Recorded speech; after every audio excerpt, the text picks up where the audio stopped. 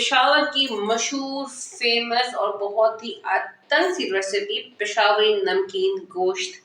बहुत ही लजीज, बहुत ही बेहतरीन और बहुत ही मुनफरिद और बहुत ही डिलिशियस सी रेसिपी है। आप इसको एक बार बनाएंगे, आपसे बार बार खाने की फरमाइश की जाएगी। और ये इतनी ही जो है वो सॉफ्ट होती है, इसका जो गोश्त होता है इतना ही सॉफ्ट होता है, इतना मलाई की तरह जो है वो नरम होता है कि आपने बस उंगली डाल दी और ये बिखर के रह जाएगा। और खाने में इतना ही मजेदार, बहुत ही कम मसालों में लेकिन बहुत ही झटपट बनने वाली रेसिपी। तो चले हम अपनी रेसिपी का आगाज करते हैं। अस्सलाम वालेकुम। जैसे कि आपको पता है कि आज हमारे किचन में बनने जा रहे हैं जी पेशावर की बहुत ही मशहूर सी डिश नमकीन गोश्त। तो नमकीन गोश्त बनाने के लिए कढ़ाई के अंदर मैं शामिल करूंगी तकरीबन 4 to 5 टेबल स्पून जितना बटर, और साथ ही साथ मैं इसके अंदर शामिल करूंगी तकरीबन हाफ कप जितना घी। अगर आपको कोई हेल्थ इशू है तो आप इसकी जगह पे ऑयल भी शामिल कर सकते हैं, और अगर आप इसको घी में बनाएंगे तो इसका टेस्ट बहुत ही ज़बरदस्त आला आउटस्टैंडिंग आएगा। अच्छा जी, हमारा जो बटर है वो हमारे जो घी है उसके अंदर मेल्ट हो चुका है। अब मैं इसके अंदर शामिल करूँगी, मेरे पास तकरीबन आधा किलो जितना बीफ है, मैंने इसमें बीफ शामिल किया। अच्छा, मेरे पास जो बीफ है उसमें हड्डी भी मौजूद है और उसमें थोड़ी थोड़ी सी जो है वो चिकनाहट भी मौजूद है। बेसिकली जो पेशावरी गोश्त है वो चिकनाहट में बनता है, जो होता है ना चर्बी जो होती है, जो फैट होती है उसमें बनता है। और मैंने इसमें जो है बीफ में जो है वो हल्की हल्की सी चिकनाहट रखी भी है। फिर मैं अगेन यही कहूँगी कि अगर कोई हेल्थ इशू हो तो आप बेशक इसको जो है वो साफ़ करके इस्तेमाल करें, या आप साफ़ करके जो है उसको कुक करें। लेकिन बेसिकली जो है जो पेशावर में कुक किया जाता है वो उसमें जो है वो उसको चर्बी वगैरह डालकर उसके अंदर चिकनाहट डालकर उसको पकाया जाता है। इसीलिए हमने इसको जो है वो घी और बटर में पकाया ताकि हमारा जो टेस्ट है वो उसके बिल्कुल करीब आए। और मैंने इसमें बोटियों में से भी चिकनाहट पूरी साफ़ नहीं की है। अच्छा, आपके पास अगर जो है वो बीफ की जगह मटन हो तो आप उसको मटन में भी बना सकते हैं। तो अब हम जो है वो अपने बीफ को जो है वो इस ऑयल में, मतलब इस जो बटर है और घी है उसके अंदर कुक करेंगे ताकि इसका कलर भी चेंज हो जाए और जो टिपिकल सी गोश्त की स्मेल होती है वो ख़त्म हो जाए। फिर हम इसके फर्दर स्टेप्स की तरफ चलते हैं। देखिए, हमारा जो गोश्त है उसका कलर चेंज हो गया है। अब इस स्टेज पे इसमें शामिल करूँगी 1 टेबल स्पून भर कर अदरक और लहसुन का पेस्ट, और साथ ही साथ मैं इसमें शामिल करूँगी, क्योंकि ये नमकीन गोश्त है तो 1.5 टेबल स्पून मैं इसमें शामिल करूँगी जी नमक। अच्छा जी, ये मैंने तकरीबन 8 से 10 हरी मिर्चें हैं जिनको भी मैंने चॉपराइज किया है, वो मैं इसमें शामिल करूँगी।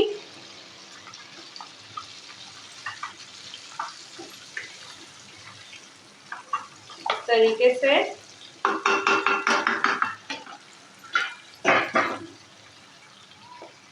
हाफ टी स्पून इसमें शामिल करूँगी जी ज़ीरा पाउडर। हाफ टी स्पून इसमें जाएगा जी धनिया पाउडर। 1 केजी मेरे पास दरमियाने साइज़ की प्याज है जिसको मैंने चॉप किया है, वो मैं इसमें शामिल करूँगी। और ये मेरे पास है जी तकरीबन 3 दरमियाने साइज़ के टमाटर, वो मैं इसमें शामिल करूँगी। 1 टीस्पून मैं इसके अंदर शामिल करूँगी जी कुटी हुई काली मिर्च।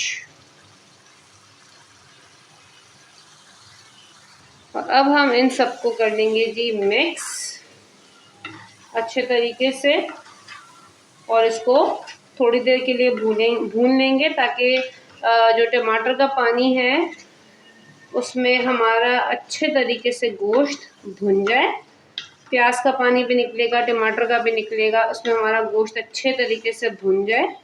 फिर मैं आपसे इसके फर्दर स्टेप्स शेयर करती हूँ। आए हम अपने नमकीन गोश्त की जो है वो पोजीशन देखते हैं। ये देखें जी, अल्हम्दुलिल्लाह जो हमने इसमें प्याज और जो है वो टमाटर शामिल किए थे वो इसमें घुल गए हैं, ये देखें। और अब हम इसमें शामिल करेंगे इस स्टेज पे तकरीबन 3 कप जितना पानी। ये देखिए, हम इसमें शामिल करेंगे तकरीबन 3 कप जितना पानी ताकि हमारा जो मीट है वो अच्छी तरह से टेंडर हो जाए।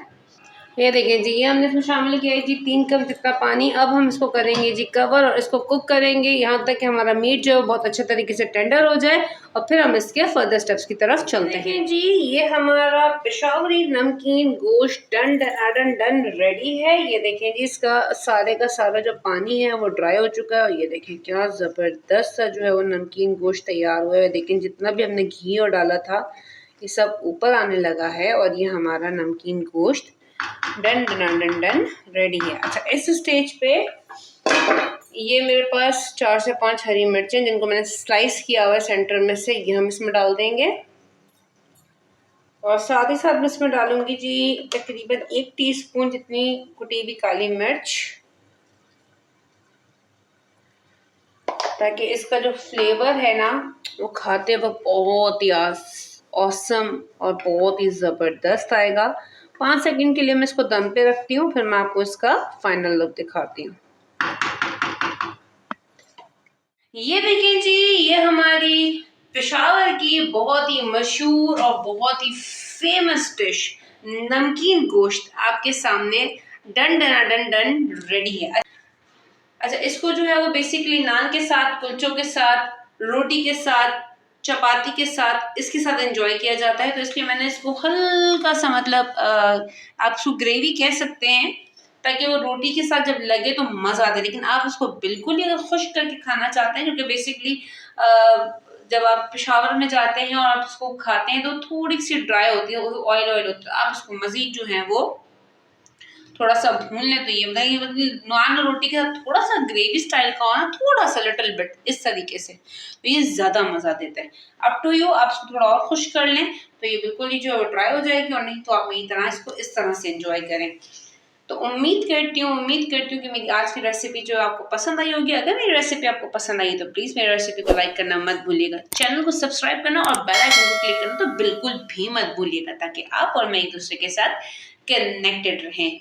इसी के साथ साथ अगर आप मेरे साथ इंस्टाग्राम पे कनेक्टेड रहना चाहते हैं तो इस मेरे इंस्टाग्राम का जो है वो लिंक मैंने डिस्क्रिप्शन बॉक्स में दिया हुआ है, आप मुझे वहां से जो है वो फॉलो करें। और अगर आप मेरे साथ मेरे जो है वो ब्लॉगिंग चैनल पे मेरे साथ रहना चाहते हैं तो उसका लिंक भी मैंने जो डिस्क्रिप्शन बॉक्स में दिया है, आप मुझे वहां पे भी फॉलो करें, ताकि हम वहां पे भी एक दूसरे के साथ जुड़े और बंधे रहें। इसी उम्मीद के साथ कि इंशाअल्लाह ताला अल्लाह पाक की ज़ात ने जिंदगी दी तो फिर किसी अच्छी नेक्स्ट नई रेसिपी के साथ फिर मुलाकात होती है आपसे। लेकिन तब तक आप अपना बहुत सारा ख्याल रखिएगा, और अपनी दुआओं और अपने प्यार का थोड़ा सा हिस्सा मुझे भी जरूर दीजिएगा।